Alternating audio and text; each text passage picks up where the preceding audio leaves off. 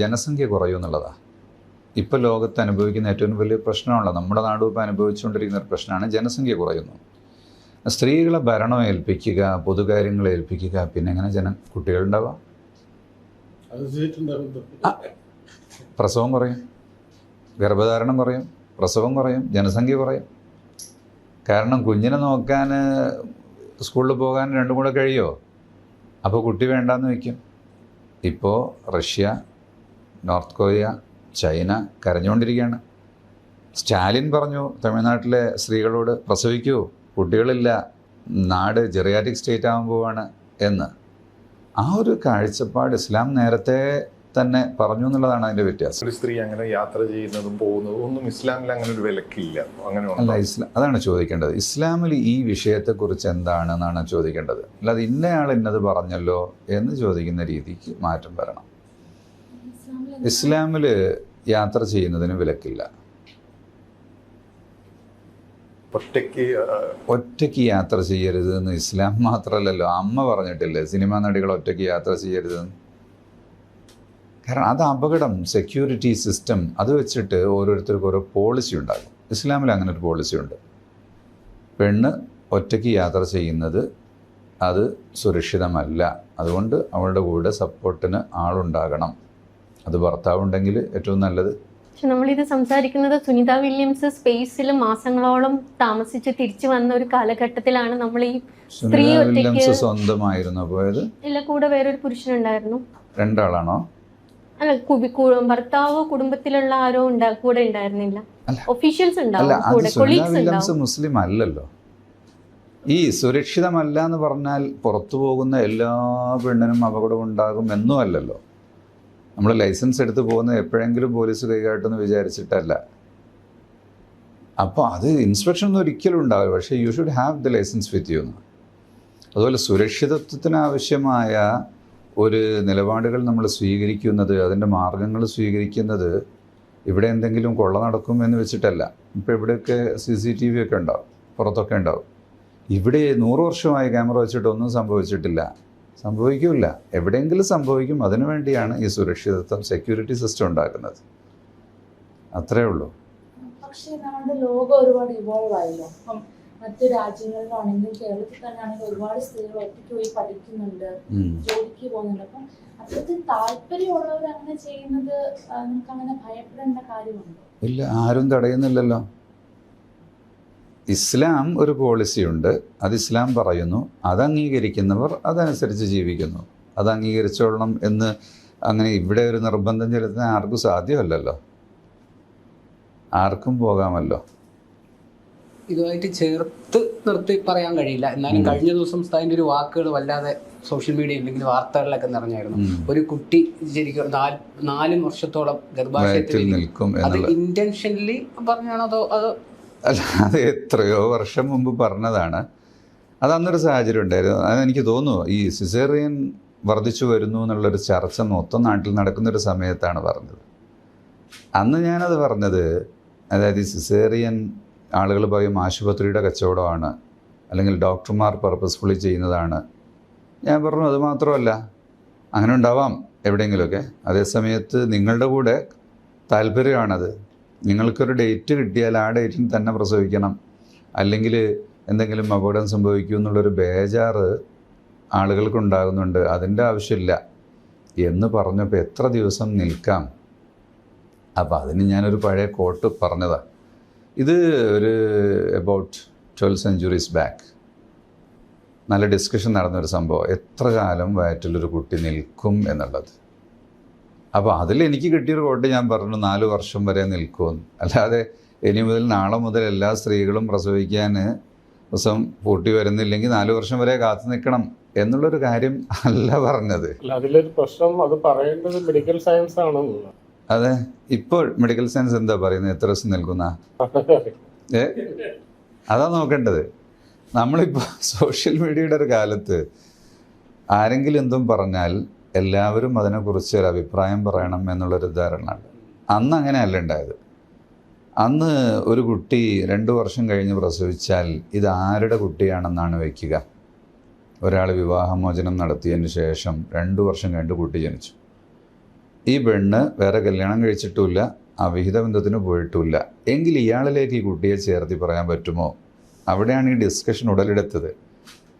അപ്പോൾ ഒരാൾ 2 വർഷം എന്ന് പറഞ്ഞാൽ അതൊരിക്കലും ഉണ്ടാവില്ല എന്ന് പറയുന്നതിന് പകരം അന്നത്തെ ആളുകൾ നാടുനീളെ സഞ്ചരിച്ച് ജനങ്ങളെ അന്വേഷിച്ച് കുടുംബങ്ങളിൽ അന്വേഷിച്ച് പഠിക്കുകയാണ്, ഗവേഷണമാണ്. അപ്പോൾ അന്ന് ഒരാൾ പറഞ്ഞു, ഈ ഗ്രേറ്റസ്റ്റ് ഇസ്ലാമിക് സ്കോളറായിരുന്നു പ്രവാചക പത്നി ആയിഷ റളിയല്ലാഹു അൻഹ. അപ്പോൾ അവർ പറഞ്ഞിട്ടുണ്ട് 2 വർഷം വരെ നിൽക്കുള്ളൂ. അപ്പോൾ ഒരാൾ പറഞ്ഞു, അല്ല, എൻ്റെ നൈബർ ഒരു പെണ്ണുണ്ട്, അവൾ 3 വർഷമായിട്ടാണ് പ്രസവിച്ചത്.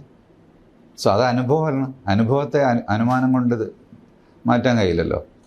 അപ്പോൾ വീണ്ടും അന്വേഷിച്ചു. അപ്പോൾ 4 വർഷം വരെ നിന്നിട്ട് പ്രസവിക്കുന്ന ഒരുപാട് കുടുംബങ്ങളുണ്ട് എന്ന് ബാഗ്ദാദിലെ ഒരാൾ പറഞ്ഞു. ഒരു കുടുംബം, ഒരു ട്രൈബ് തന്നെ മൊത്തം അങ്ങനെയാണ് പ്രസവിക്കുന്നത്. അപ്പോൾ അനുഭവത്തെ നമുക്കില്ലെന്ന് പറയാൻ പറ്റില്ലല്ലോ.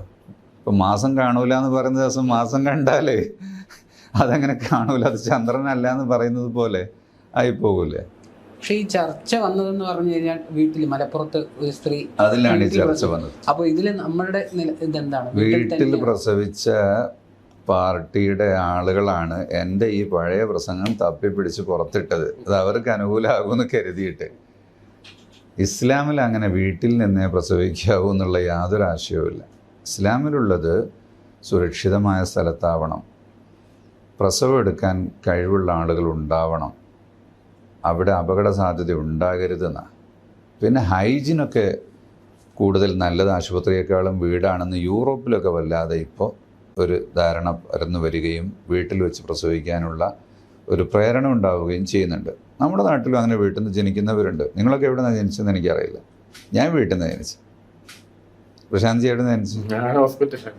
അന്ന് ഹോസ്പിറ്റലുണ്ടല്ലേ? എത്ര വയസ്സായി? 59. എൻ്റെ ഉണ്ടാകും. എൻ്റെ നാട്ടിൽ നമ്മുടെ ചെറുപ്പകാലത്തൊന്നും അങ്ങനെ ആശുപത്രിയിൽ പോകുന്നൊരു കാര്യമേ ഇല്ല, അപൂർവമായിട്ടേ പോകാറുള്ളൂ. കൃഷ്ണകുമാർ, നമ്മുടെ പഴയ കോയമ്പത്തൂർ ഫാർമസിയുടെ MD മരിച്ചുപോയി. പുള്ളി എന്നോട് പറഞ്ഞു, എൻ്റെ ഒരു ശിഷ്യൻ ആശുപത്രിയിൽ പോയിട്ട് വിളിച്ചു, പിന്നെ ചേട്ടാ കുഞ്ഞ് കഴുത്തിൽ കുടുങ്ങിയിട്ടുണ്ട്, ഓപ്പറേഷൻ ചെയ്യണമെന്നാണ് പറയുന്നത്, എന്ത് ചെയ്യണം? അപ്പോൾ കൃഷ്ണകുമാർ പറഞ്ഞു, ഞാൻ പറഞ്ഞു നിൻ്റെ വൈദ്യത്തിൽ വിശ്വാസം ഉണ്ടെങ്കിൽ കാത്തിരിക്കുക, കഴുത്ത് കുടുങ്ങിയാലേ തിരിച്ചു വരും. അവരെന്ത് മരുന്ന് കൊടുക്കാൻ പറഞ്ഞു, പ്രസവിച്ചു എന്ന് പറഞ്ഞു. അത് ഓരോ ആളുകളുടെ ധൈര്യവും അവർക്ക് അവരുടെ അതിലുള്ള വിശ്വാസവും പരിചയമൊക്കെയാണ്. അല്ലാതെ നമ്മൾ ഇന്ന സ്ഥലത്താവണം ആവണ്ട എന്ന് പറയാൻ നമ്മളാളല്ല. മതത്തിന് അതിൽ പ്രത്യേക നിയമമില്ല. എന്തായാലും അപകടത്തിലേക്ക് കൊണ്ടുപോകാൻ പാടില്ല എന്ന മതത്തിൽ നിയമം ഉണ്ട്. നമ്മൾ ഈ കോഴിക്കോട് ഒരു റീസെന്റ് ഒരു കപ്പിൾ കുട്ടി ഉണ്ടാവുകയും അവർക്ക് ബർത്ത് രജിസ്ട്രേഷൻ കിട്ടാതിരിക്കുകയും കുറെ വാർത്തകൾ വരികയൊക്കെ ചെയ്തു.